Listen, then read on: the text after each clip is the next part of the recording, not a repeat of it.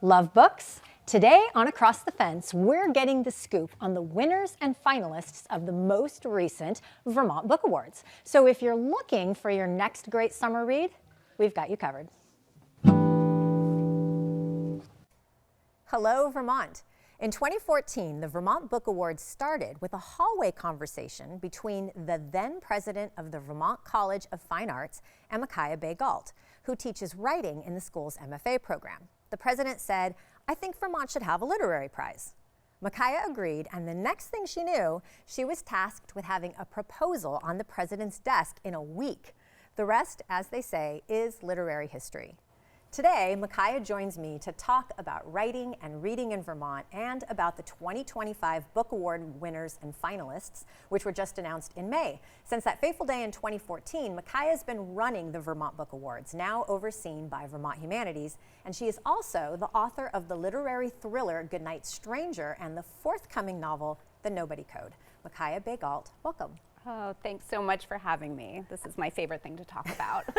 I know, and we have almost all the books here today. You said that people keep on stealing them from you because these are hot reads. Yeah, that's right. They want to read all the winners, so I couldn't find every single one of my finalists to bring today because somebody has borrowed it. But it is a veritable trove of literary talent sitting here on this table. Well, let's actually start with a clarification. So obviously it is 2026, but these are the 2025 Book Awards acknowledging books that were published in 2025. That's right. Yeah. So every year books are eligible to be nominated for the prize that are published in the calendar year. So we were looking this year at all of the books published by Vermonters in 2025, and then it takes us a few months into it takes 2026 a little while before we can work your way through all exactly. of these books.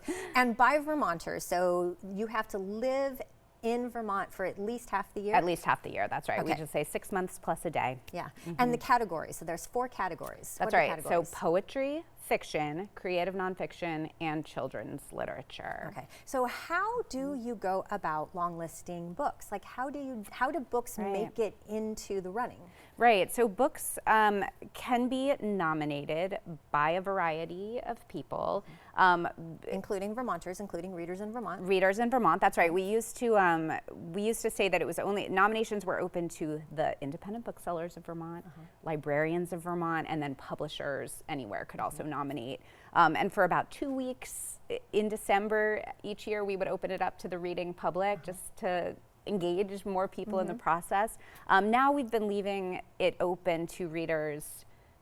As soon as it's open to readers. So readers can nominate, but we do still end up really relying on booksellers and librarians. They really seem to have their finger on the pulse of the literary community. And publishers, no self-published work, right? That's right. Okay, they have to come from a publishing house. That's right. Yeah, okay. And so you make it onto the long list, and then what happens? So then every year I put together a panel of judges that changes every single year. It's made up of writers, sometimes booksellers and librarians, professors, different people in the arts community. And I have a different panel for each of the genres, so poetry, children's lit, fiction, nonfiction.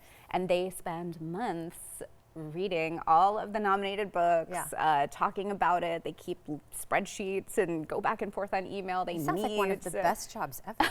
It's pretty great. Well, it's basically a volunteer job. One so of the I'm best volunteer very jobs appreciative ever. for the work they put in. And then they choose ultimately the finalists. Okay, and we announce those finalists in the spring. Right, so the finalists were announced in spring, and then we also just now announced the winners. So actually, let's jump right into this year's notable books, because I'm pretty sure, folks, you should take notes. Your next summer read is going to be out here. Creative nonfiction, who do we have for the, who are the finalists? Yeah, right. So the first one is If I Can Get Home This Fall by Tyler Alexander. He was on the show. Oh, yeah, that's great. He was great. Really delightful. He's so passionate about this topic, just so into it. So this is a Civil War story that's kind of deeply related to his own personal, his family.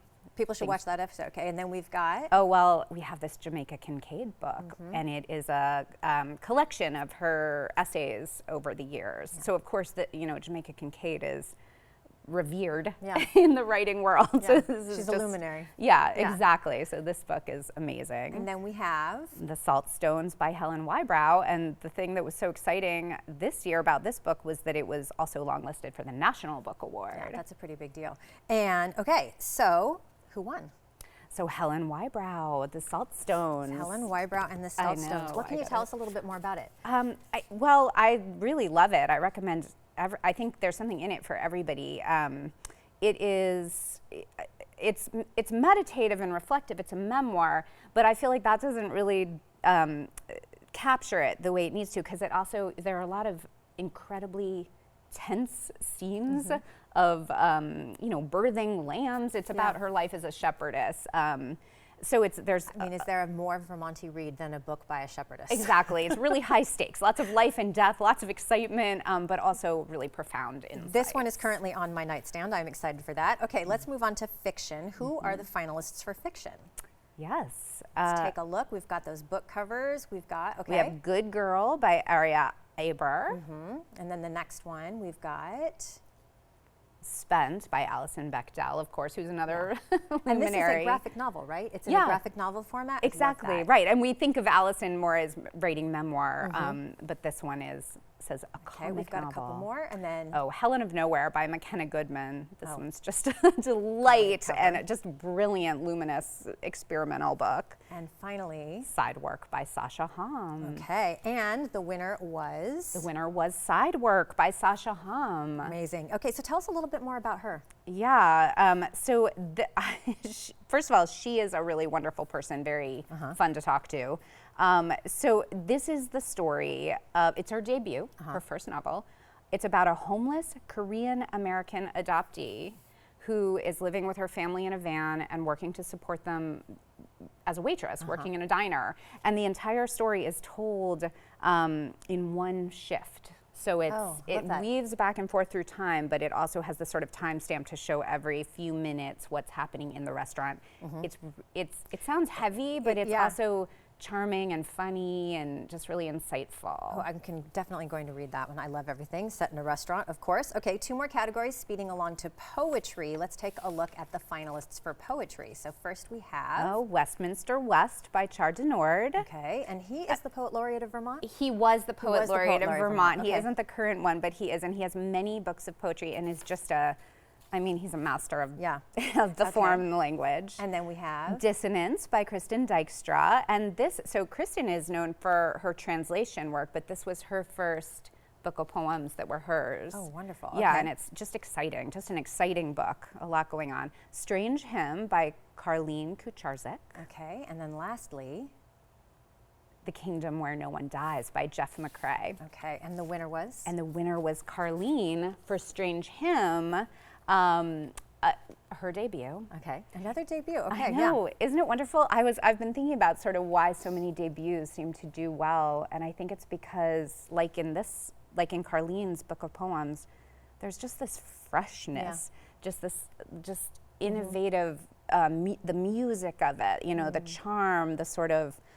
You get sucked into the song that she's singing on the page. That actually is sort of a motif that comes up, this idea of singing and how wonderful. a hymn, but a beautiful book. Okay, and then finally we have children's literature. So get ready, here's some books for your kids, grandkids too. All right, so we have The Ghost of Wrecker's Cove by Angelica Del Campo and Liniers. Okay, and then Night Swimming by Erin Starmer. Okay, that looks fantastic. Love that cover. And Cat's Greek Summer by Mima Tipper. Okay, and who was the final award? The award went to Mima Tipper for Cat's Greek Summer. It's one of the ones you don't have. It's one of the ones that was stolen from you, right? That's the one. Somebody's borrowing it to read it. Everybody has been fighting about it at work. What can you tell us about her? So the interesting thing about all 3 of the finalists is that they all take place sort of over a summer. And I read in a review somewhere that that's the perfect setting for a book for children because you're not the same person that you are at the end of summer that you were at the beginning. And this book is so much like that. It's really tender, it's moving, but it's also just very fun. It's about a girl just entering high school who spends the summer with her family in Greece, and sort of all the things that happen to her there that make her really examine who she is, who she wants to be. Sounds amazing. Well, what stands out? I mean, this is such an impressive lineup of authors and books. Definitely, folks, go check some of these out. Be sure you get to an independent bookseller, talk to your librarian, read these. What stands out to you about the Vermont Book Awards? I mean, one thing that I always love is that it is the books that we're honoring every year seem to include the luminaries, the sort of more famous writers. Right, exactly. yeah. Jamaica Kincaid, Alison Bechdel, and these debut writers who are doing new and exciting work. It also, both of these fiction books, Helen of Nowhere and Side Work are pretty experimental. They're not the typical book. They take chances, they take risks, and this is a prize that seems to really honor risk taking on the page. So this is like a good way to expand your horizons as a reader. That's right. Because we're always looking for, if you're a reader, you're always looking for recommendations. How are you going to discover a new author? That's so right. Vermont Book Awards is a great way. Not only are you supporting local talent, but with these debut authors, these authors who are just starting to make their mark, maybe you're going to find somebody who's right there on the cusp of bringing something new to the literary world. I agree with that entirely, and how thrilling that you might discover somebody new who is also your neighbor or lives in the town next to you. Speaking of neighbors, I mean, you are a part of Vermont's literary community. How does everyone support each other? What's that like? Oh, yeah. I mean, being a novelist in Vermont is a beautiful thing. Yeah. I mean, it is, the writers